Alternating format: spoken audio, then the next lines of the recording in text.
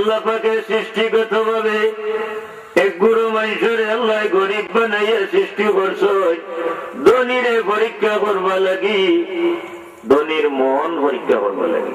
এই পরীক্ষা যদি ধনী উত্তীর্ণ হয়ে যায় তাহলে এই ধনী একেবারে সহজে জান্নাতে যাইবা। সুবহানাল্লাহ হয়ে যায়। কারণ ধনী হল বেহেশত যাওয়ার পথ আল্লাহ তাআলা বহুত সহজ করে দিয়েছেন, কিন্তু কঠিন হইব যাইতে। ওখানে এখন যেন কঠিন হইব, গরিব যাইবা কি আগে। সুবহানাল্লাহ হয়ে যায়। গরিব হল আগে যাইবা কি বেহেশত, এখানে আগে যাইবা। ধনীর হিসাবটা হইব ডাক। যদি হিসাব দিয়া যাইতে পারেন এই ধনীর মর্যাদা অনেক উর্ধে থাকবো। এমনকি দণ্ডে খরচ করিয়া এই জমিন জান্নাতের সার্টিফিকেট লইয়া যাওয়া যায়। সুবহানাল্লাহ।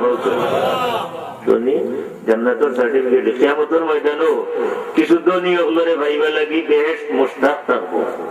সুবহানাল্লাহ হইল মুশতাক থাকবো। পাঁচ গুরু মানুষের হাদিস শরীফে আইছে বেহেশতে ভাইবা লাগি মানুষ বেহেশত তুকাইব আর হেরা তুকাইব হেরা, বেহেশতে তুকাইব হেরারে। সুবহানাল্লাহ হইল মানুষে তুকাইব বেহেশত যাইতো আর বেহেশতে হেরারে বুঝাইব।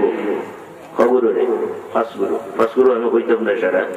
আমার যে সাবজেক্টের ভিতরে দুই গুরু আছে, দুই গুরুর মোতাবেক পাঁচ গুরুর মধ্যে দুই গুরু আমার সাবজেক্টের ভিতরে।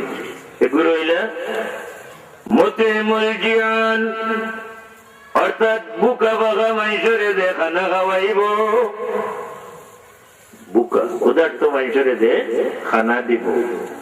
কিয়ামতের ময়দানও এই মানুষটারে বেহেশতে তুকাইয়া দিব। সুবহানাল্লাহ হইল ই দেখবা যদি খাইবার টাইমে আয় ফতোয়া জারি করিয়া রাখি দিছ, খাইবার টাইমে ভিক্ষা দেওয়া যায় না। একটা ফতোয়া দিছেন জানি আপনারা ভাগ জমানা, খাইবার টাইমে দেওয়া যায় না। অথচ খাইবার টাইমে নাই, খাইবার যে জিনিসটা আছে এটা পর্যন্ত আল্লাহর নবীও দিছেন। সাহাবায়ে কেরামে নবীর কাছে নাই কে, সাহাবায়ে কেরামেরও আমল আছে। সুবহানাল্লাহ। খাইবার জিনিস যেমন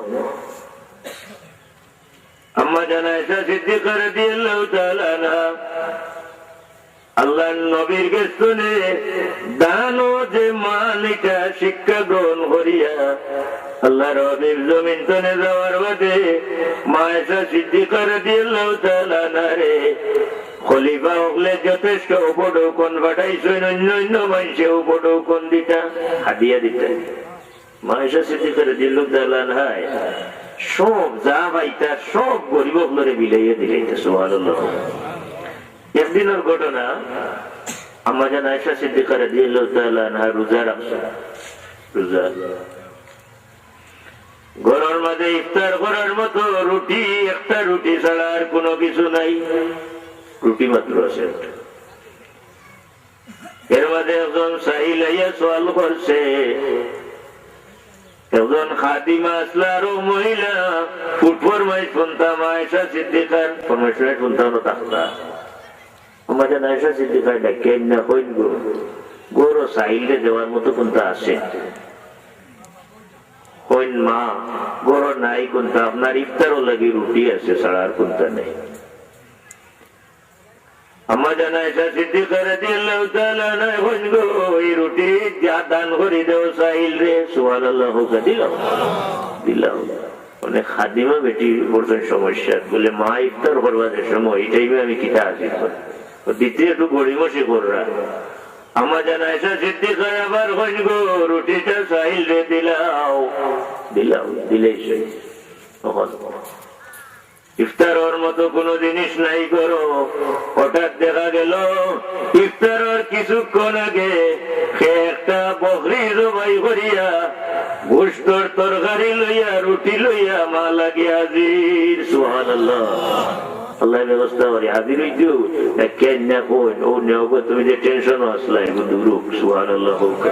আমার লাগে তো টেনশনও পড়ে গেছিল। সুবহানাল্লাহ। হইলে এই আছে জীবন।